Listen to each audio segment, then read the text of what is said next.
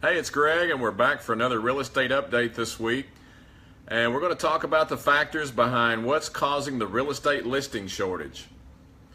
Low inventory and multiple offers are phrases that realtors, buyers, and sellers are hearing a lot lately. What that means is there's an unbalanced housing market where buyers are competing for too few homes for sale. Inventory has been named the number one problem in the housing market for the past few months, and the problem just seems to be getting worse. One major contributing factor to the state of the market is the fact that fewer homeowners seem interested in selling and they're staying where they are longer. But why is that? First, most real estate economists agree that a number of factors are discouraging sellers from moving. Keep in mind there are housing inventory shortages all over the country and not just here in Bowling Green. You know, I got C's in both the econ classes I took at Western, but the subject has always interested me. And this issue is about supply and demand, which is just simple Econ 101. We have a lot of buyers in the market, and there's strong demand because we've had steady job growth. And when people have secure jobs and steady paychecks, they become interested in owning a home of their own. We're also having the largest ever generation called the millennials coming of age and getting into prime home buying years. They'll typically have been living with their parents since there's been trouble with the economy in the last 8 years, but since we've been climbing out of that recession and we're now close to full employment, people have jobs, and again, demand is strong. A lot of people who were foreclosed on in the 2008 to 2010 housing collapse are finally starting to be able to buy again as well, since it takes about 7 years to recover on a conventional loan foreclosure, so they're also adding to the available buyer crowd. Another piece of evidence that inventory is short is the average age of the homes sold. The age of sold homes has almost doubled since the housing collapse of 2008 because of the lack of new construction. In 2006, the average home age was approximately 15 years old, and in 2015 it jumped up to almost 28 years old. Another eye-opening stat is that up until 2008, the average home ownership time frame was about 4.25 years. Since the end of 2008, we've seen it steadily increase from that 4.25 to almost 8 years. When renters become buyers, they'll usually stay homeowners for the rest of their lives.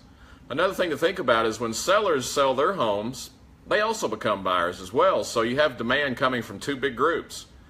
People may want to move, but they're not going to list their house to sell unless they find something they want to buy. And if they can't find somewhere else to buy, they're going to stay put. It's so easy now with the internet to do your research, but if you can't find something, you're not going to list your home to sell, and it's as simple as that. Other huge factors are rising costs for land and materials and labor. According to home building information, labor is the number one risk area for home builders. There are approximately 70,000 job openings for construction in America now. And we're just not seeing people go to vocational school to become plumbers, electricians, and contractors like we used to. Regulation also makes building more expensive. The amount of fixed costs in the form of regulation and zoning and red tape is crazy. In some big cities, you have to spend maybe $70,000 out of the gate just on zoning and permit and regulation fees. Of course, another reason contributing to the lack of listings is mortgage rates are on the increase. If you're sitting on a 3.5 interest rate and moving and buying another home and you're going to get a 4.5 interest rate, then with people having a budgeted amount of money to spend, they may have to choose between settling for a 3-bedroom house when they wanted a 4-bedroom, or maybe they want a 10-minute commute and they have to settle for a 20 or 30-minute commute. The one thing that will benefit from the higher rates also is the home improvement business, since a lot of folks are going to say, I'm just going to stay put with my 3.5 rate and lower monthly payment, and I'm just going to invest the savings in a few improvements I've been wanting. Finally, some sellers have equity concerns and may be trying to time the market to sell when their value is at its highest peak. There's certainly a lot of people who are equity rich now, and if they sold, they'd walk away with a nice down payment on a new home if they wanted to. But trying to time the home value market is similar to trying to time the stock market. Sometimes you get burned. The thing to remember is that the market eventually turns and inventory level always levels out like it always does. There are definitely trends going on now that haven't been seen before, like for instance, 33% of all homes being non-owner occupied, which is the highest percentage since they've started tracking it in 2004. Hard to say whether those 33% are being used as vacation homes, short-term rental, long-term rental, or what, but time and future stats will tell us what that is. So the key takeaways today are this.